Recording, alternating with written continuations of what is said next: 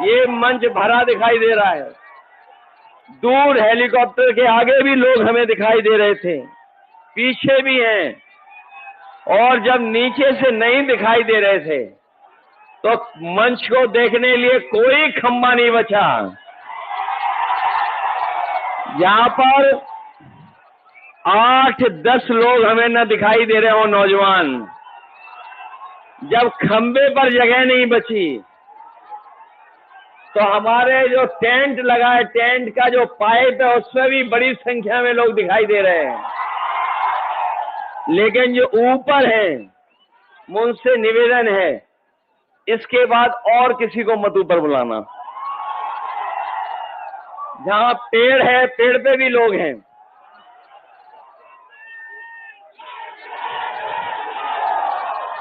ये समर्थन न केवल जीत दिलाने जा रहा है, बल्कि रिकॉर्ड मतों से राजीव राय जी को जिताने जा रहा है।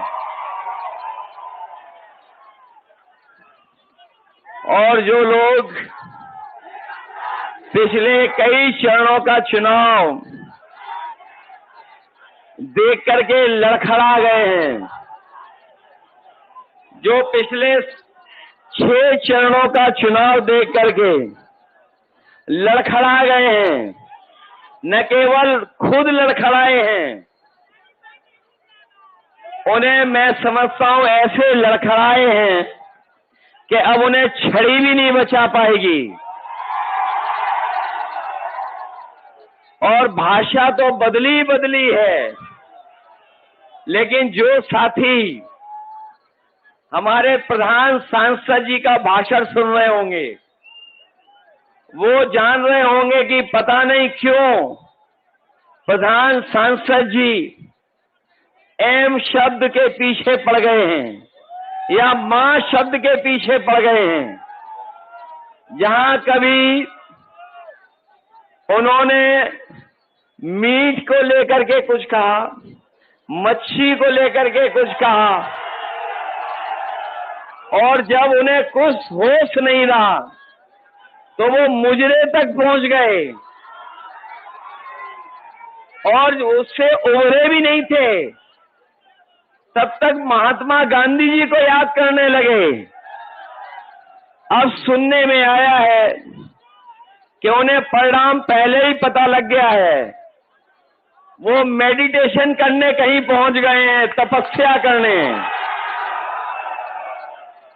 ये कितनी भी मां मां मां कर लें, लेकिन इस बार मऊ वाले इनको छोड़ने वाले नहीं हैं। और देख लेना, जब परिणाम आएगा तो यही कहेंगे कि उनकी तपस्या में कोई कमी रह गई थी। जो लोग 400 पार का नारा दे रहे थे, याद है कि नहीं याद है? जो 400 पार का नारा दे रहे थे, लेकिन 6 चरणों के चुनाव के बाद और जो जनता का गुस्सा उन्होंने 7वें आसमान पे देखा है, तब से 400 पार नहीं 400 हार याद आ रही है उन्हें। और 400 पार का जो नारा दिया था, उसको हम लोग बाद में समझ पाए। हमारे साथी जानते होंगे, कुछ लोकसभा के बारे में जो गिनती है, जो लोकसभा के सांसद हैं, वो लोकसभा में 543 बैठते हैं। और अगर ये बीजेपी वाले 400 पार की बात कर रहे थे, तो बताओ 543 में 400 पार कितनी सीटें हैं? 100। इस बार इन्हें 143 भी नहीं मिलेंगी। इस देश की जो 140 करोड़ की जनता है, वो इन्हें 140 सीटों के लिए भी तरसा देगी। और इसलिए तरसाएगी क्योंकि इस बार इन्होंने किसानों को धोखा दिया, नौजवानों को धोखा दिया, हमारी माताएं बहनों को धोखा दिया। इस बार इन पर ये तीनों लोग मिलकर के वार करने जा रहे हैं, त्रिकोणीय वार होने जा रहा है। हमारा किसान तो पहले से ही दुखी नाराज है इनसे, क्योंकि किसानों को कहा इन्होंने कि आय दोगुनी हो जाएगी। मुझे सुनने में आया है कि देश के प्रधानमंत्री, देश के गृह मंत्री, मुख्यमंत्री और जिनको कोई नहीं जानता वो उप मुख्यमंत्री कई बार आए हैं यहां, कई बार आ गए हैं और उन्हें पता है कि घोसी का परिणाम क्या था।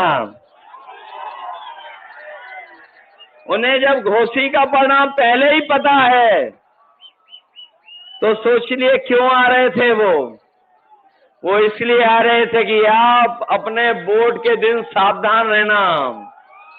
बताओ, वोट के दिन आप लोग सावधान रहोगे कि नहीं रहोगे?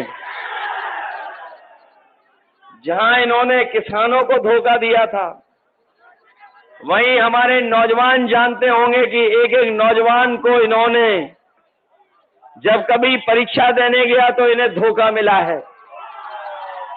कोई परीक्षा ये सरकार नहीं करा पाई। जब भी परीक्षा हुई, इस सरकार में पेपर लीक हो गया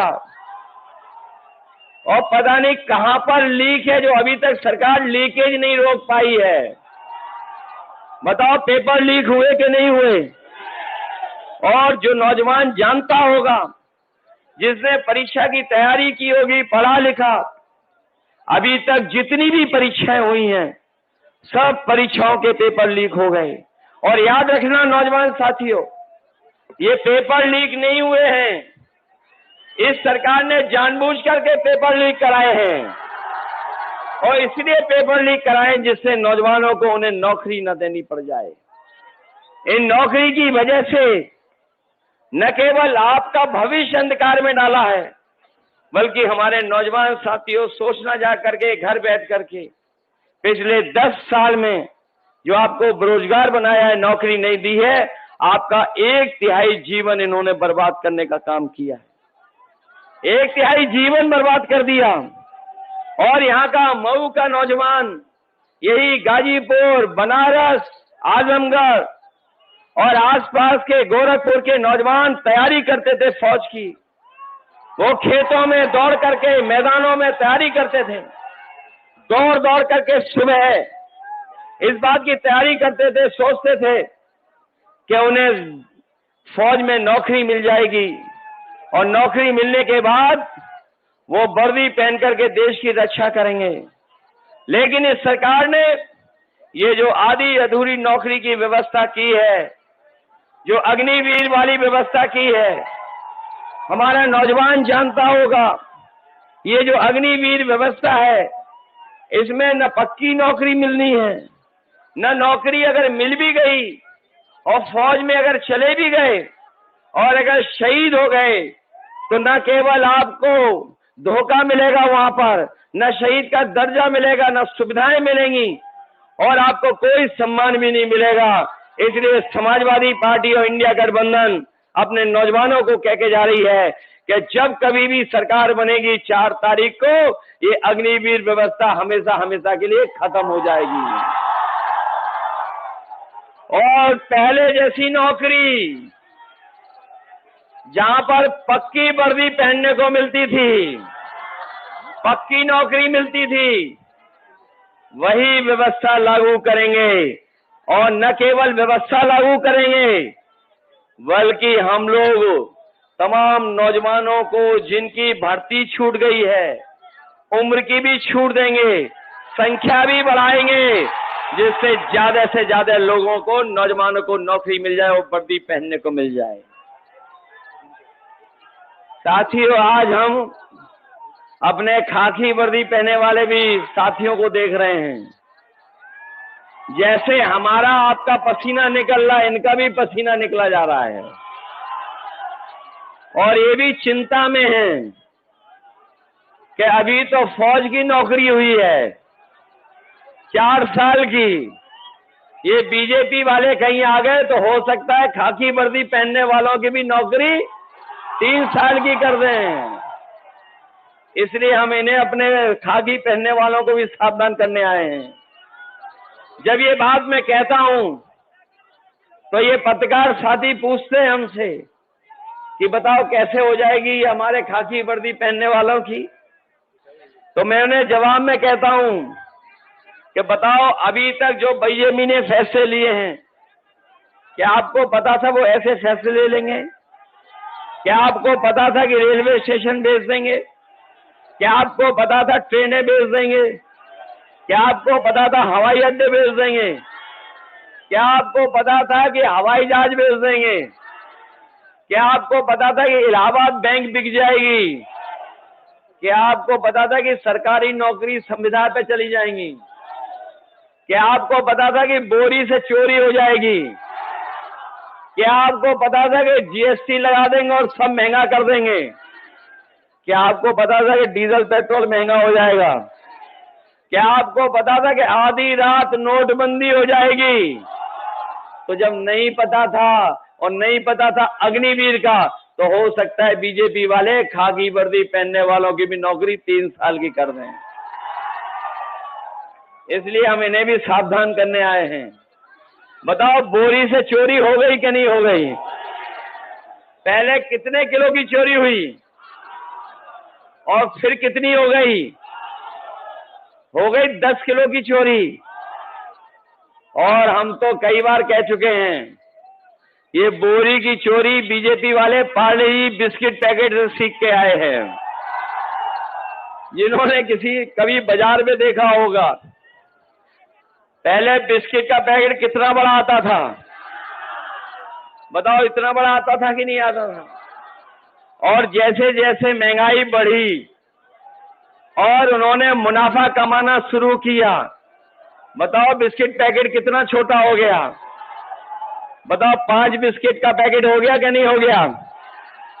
ये लोग आ गए तो हो सकता है 1 बिस्किट वाला पैकेट मिले। मैं देख रहा हूं ये टैटू गैंग बिस्किट का पैकेट दिखा रहा है। अभी तो 5 का हुआ है, खोल के देखो कितने का है। अभी तो 5 का हुआ है, आने वाले समय में 1 का हो जाएगा। बताओ आपके गैस का सिलेंडर कहां पहुंच गया? और ये नौजवान हमारे जो मोटरसाइकिल खरीदते थे, पहले कितने की आती थी और आज कितने की आ रही है? 1 लाख हो गई कि नहीं हो गई? और याद कीजिए, जब चुनाव था 2022 का, तो ये राशन में क्या क्या दे रहे थे आपको? राशन में दाल दे रहे थे, चना दे रहे थे, रिफाइंड तेल दे रहे थे, नमक दे रहे थे। और बताओ आज क्या दे रहे हैं राशन में? राशन में भी कटौती हो गई कि नहीं हो गई? इसलिए समाजवादी पार्टी और कांग्रेस और इंडिया गठबंधन ने तय किया है कि अपने गरीबों के लिए भरपेट भोजन हो जाए पूरे परिवार को, इसलिए राशन को बढ़ाने का काम करेंगे, गुणवत्ता अच्छा करेंगे। और जिस तरीके से संपन्न लोग आजकल बाजार में पैकेट का आटा खरीद रहे हैं, जो गुणवत्ता में अच्छा है और पौष्टिक भी है, तो हम अपने गरीब परिवार के लोगों को भरोसा दिला के जा रहे हैं। जहां राशन बढ़ेगा, मात्रा बढ़ाएंगे, गुणवत्ता ठीक करेंगे और पैकेट के आटा के साथ साथ आपको डाटा भी फ्री देने का काम करेंगे। आटा आपके स्वास्थ्य को बेहतर रखेगा और डाटा आपको आपके मोबाइल चलाने के काम आएगा और उससे जानकारी हासिल कर लोगे। जो पढ़े लिखे नौजवान हैं वो नौकरी ढूंढ लेंगे, ऑनलाइन पढ़ाई भी कर लेंगे और कोई जरूरत होगी, जानकारी हासिल करना चाहेंगे, तो बताओ हासिल कर लोगे जानकारी कि नहीं कर लोगे? इसलिए राशन के साथ साथ पैकेट का आटा जो पौष्टिक होगा, आटा के साथ डाटा भी फ्री देने का काम करेंगे। याद होगा समाजवादी साथियों ने लैपटॉप दिया था, और जहां लैपटॉप मिला होगा जिन साथियों को, वो अभी भी चल रहा होगा, और जिनके परिवार में वो पहुंचा होगा, जब ऑन करते होगे तो नेताजी और हम लोग ही दिखाई देते हों, लेकिन उसकी भी इन्होंने नकल कर ली। बताओ नकल कर ली कि नहीं कर ली? हम लोगों ने दिया था इतना बड़ा लैपटॉप, इन्होंने कितना दे दिया?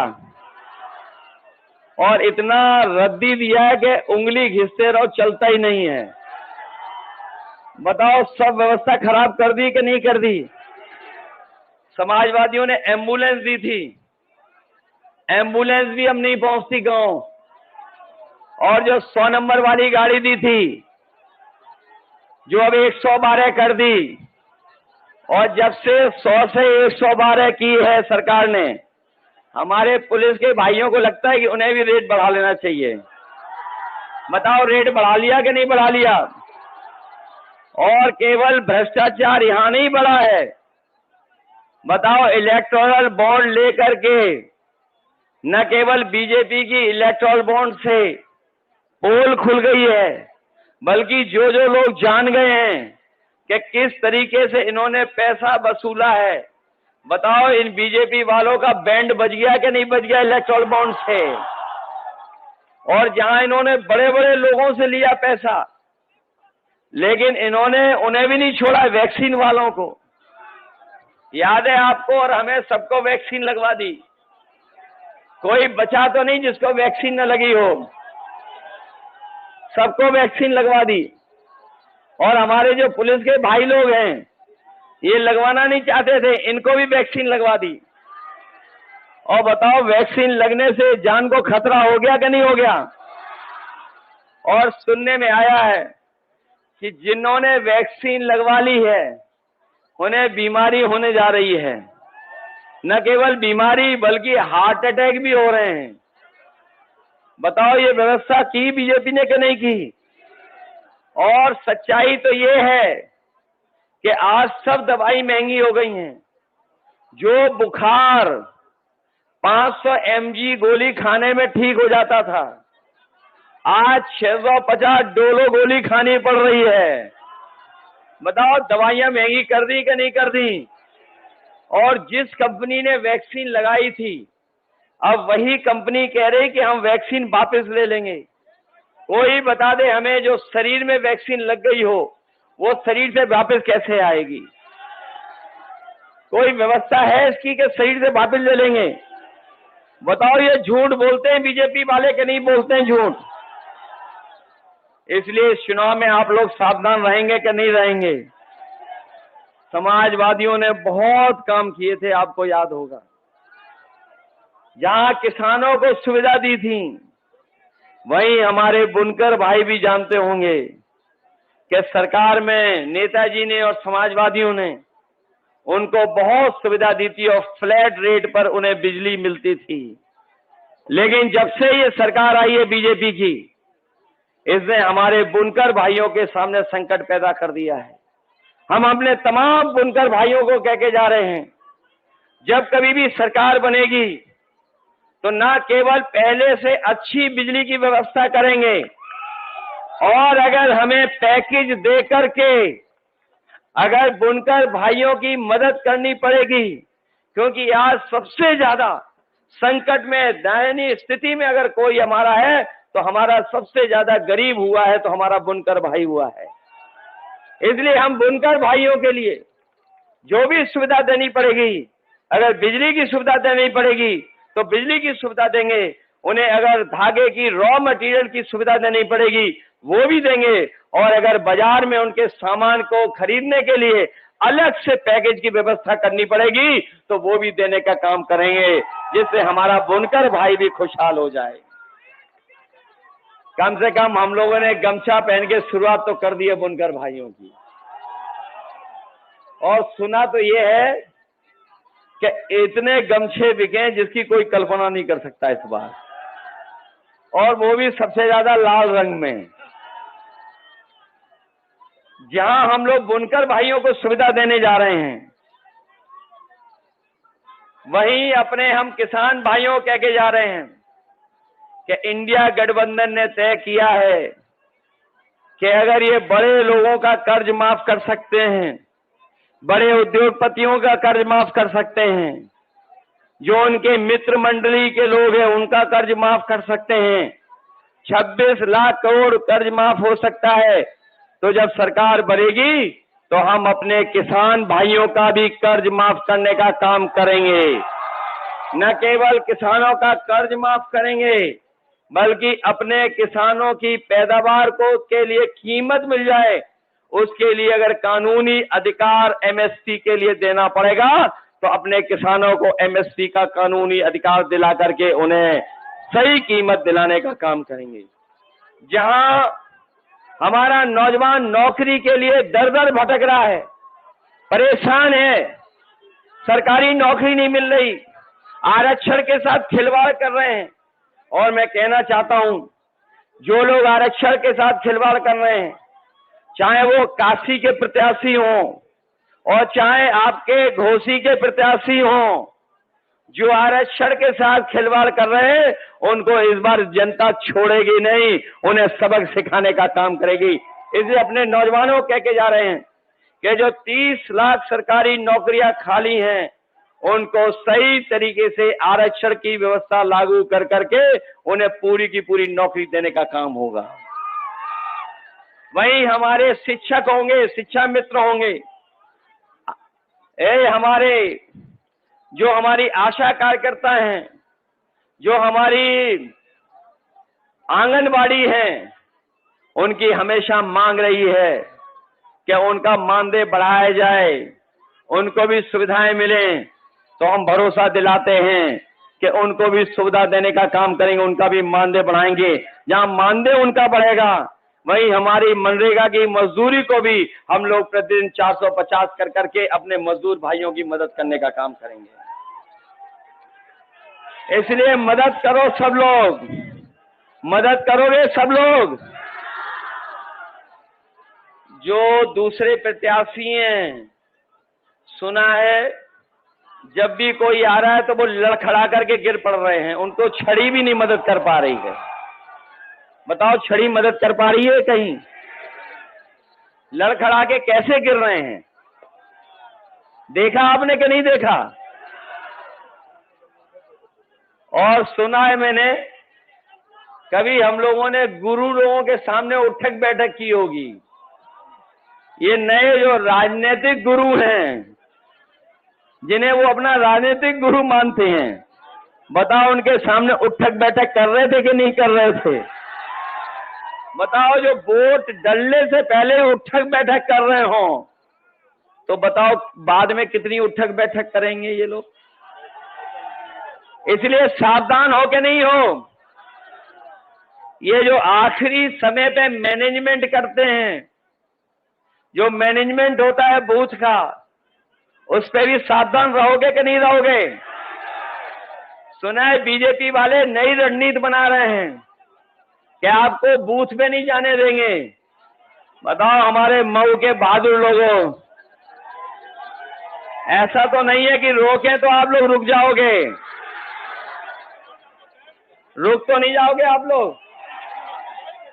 और याद है आपने, आपको तो याद होगा, आपको भी याद होगा, घोसी के चुनाव में भी रोकने की कोशिश की थी, लेकिन मैं आपको बधाई देना चाहता हूं कि हमारे बहादुर लोग हैं, एक भी रोका नहीं और अपना वोट डाल के आया था। बताओ, वोट डालेंगे आप लोग? और याद रखना, ये वैक्सीन लगवा करके हमारी आपके जान के पीछे तो पड़े ही पड़े हैं। इन्होंने 400 का नारा देके ये संविधान के पीछे भी पड़े हैं। तो जहां ये चुनाव हमारे आपके भविष्य का है, वहीं ये चुनाव आने वाली पीढ़ी के भविष्य का भी है और संविधान बचाने का भी है। तो बताओ, संविधान बचाओगे कि नहीं बचाओगे? इसलिए साथियों, आपका एक वोट आपके जीवन में बदलाव लाने का काम करेगा। जो हमारे समाजवादी पार्टी के प्रत्याशी हैं राजीव राय, इनके बारे में इनका परिचय देने की जरूरत नहीं है। ये राजीव राय जी लगातार आपके बीच में रह करके सेवा करते रहे हैं, और जब कभी भी संकट आया होगा, हमारे जो फंसे हुए मजदूर जो कोपागंज के मलेशिया में फंसे थे, उन मजदूरों को याद होगा जब सरकार ने भी हाथ खड़े कर लिए, बीजेपी ने हाथ खड़े कर लिए, कोई मदद नहीं की, जब कोई सब कुछ उनके हाथ में था, संसाधन हाथ में थे, सरकार थी, जो चाहते सो कर लेते। लेकिन याद रखना, जब जनता को जरूरत थी तब सरकार ने आपकी मदद नहीं की थी। और ऐसा भी समय देखा था, गुजरात से, महाराष्ट्र से, बाहर से जो हमारे काम करने वाले गरीब लोग थे, उन्हें पैदल पैदल अपने घर तक पहुंचना पड़ा था। उस समय अगर किसी ने मलेशिया से मजदूरों को बुला करके और पूरे कोरोना काल में जो सहयोग और मदद करने का काम किया, दवाई से लेकर के सुविधा अगर किसी ने की थी, तो राजीव राय करते रहे थे, लगातार आपकी मदद करते रहे थे। इसलिए मुझे पूरा भरोसा है कि जहां आप राजीव राय जी की मदद करने जा रहे हैं, वहीं आप लोग समाजवादी पार्टी की भी मदद करना। बताओ, ये राजीव राय जी समाजवादी पार्टी के प्रत्याशी हैं, इनका चुनाव चिन्ह याद है? और आप लोग तो जानते होंगे कि आप में से बहुत से लोग चाहते थे कि गठबंधन हो जाए। बताओ, गठबंधन हो गया कि नहीं हो गया? बताओ, गठबंधन से ही लोग घबरा गए कि नहीं घबरा गए? और इतने घबराए हैं कि इतने लड़खड़ाए हैं कि इन्हें ये भी मदद नहीं करेगी अब। बताओ, लड़खड़ा गए कि नहीं लड़खड़ा गए? और ये ऐसे हैं, स्वार्थी लोग हैं। बताओ, स्वार्थी लोगों से बचाओगे कि नहीं बचाओगे? पुराने स्टेटमेंट तो याद होंगे। बताओ, बीजेपी के लिए क्या कहते थे ये कि चल सन्यासी मंदिर में। और हमारे साथियों, गूगल करके या यूट्यूब पे गाना सुन लेना। पहली लाइन तो हम और आप लोग कह सकते हैं, दूसरी लाइन तो कोई भी नहीं कह सकता है।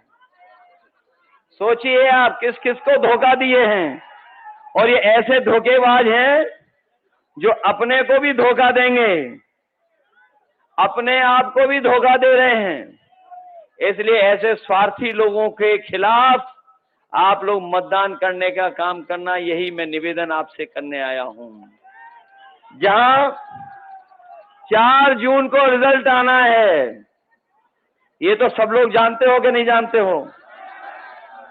रिजल्ट आ रहा है 4 जून को, और 4 जून को बताओ क्या है? मंगल का दिन है, उसी दिन मंगल होना है। बताओ, मंगल होना है कि नहीं होना है 4 जून को? और जो लोग जनता को धोखा दे चुके हैं, गरीबों को धोखा दे चुके हैं, बताओ, पीडीए की ताकत से घबरा रहे हैं कि नहीं घबरा रहे हैं? और इतने घबराए हुए हैं कि इंडिया गठबंधन का नाम भी सही तरीके से नहीं ले पा रहे हैं। जब नाम लेते हैं तो बताओ क्या कहते हैं? बताओ, जिन्हें यही नहीं पता है कि INDI ये इंडिया होता है, इंडी नहीं होता है। इसलिए ऐसे लोगों से सावधान रहोगे कि नहीं रहोगे? लेकिन हम जानते हैं कि अभी जनता का गुस्सा 7वें आसमान का निकलना है 1 तारीख को, जब वोट डालोगे। इसलिए वोट डालना, आप लोग मदद करना, सब लोग मदद करोगे, सब लोग। ऐसा तो नहीं है कि हम लोग पीछे रह जाएं। घोषी जिताओगे कि नहीं जिताओगे?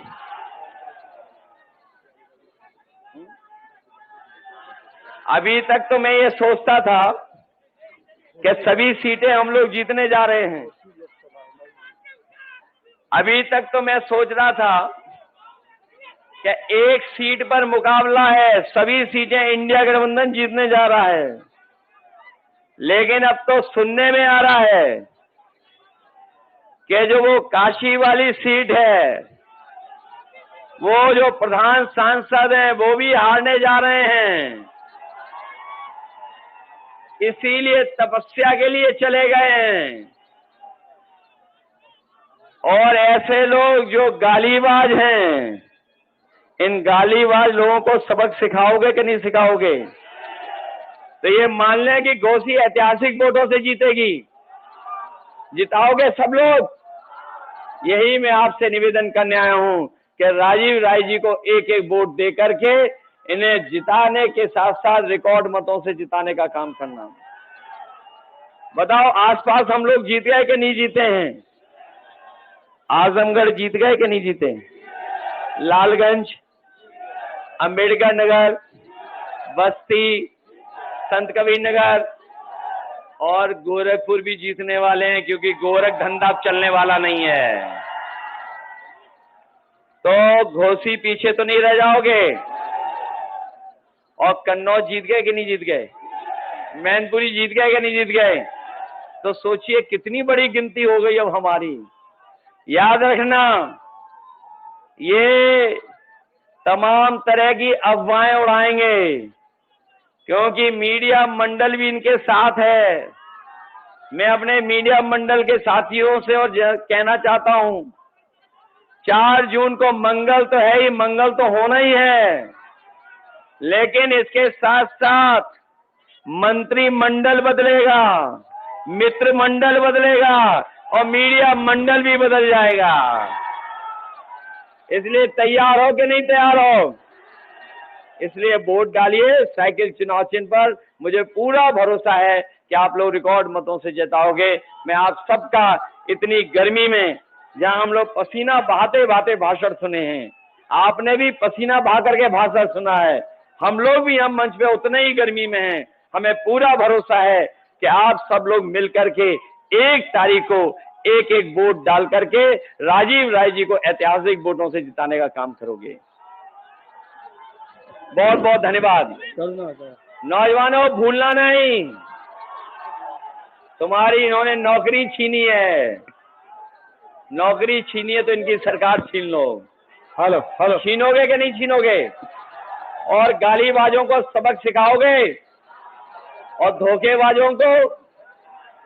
इसलिए बहुत बहुत धन्यवाद आपका।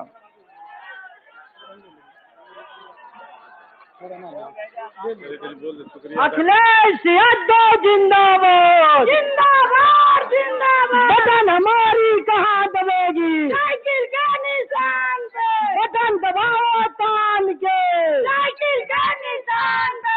बटन दबाओ तान के, साइकिल के निशान पे। अखिलेश यादव जिंदाबाद, जिंदाबाद जिंदाबाद। अखिलेश यादव जिंदाबाद।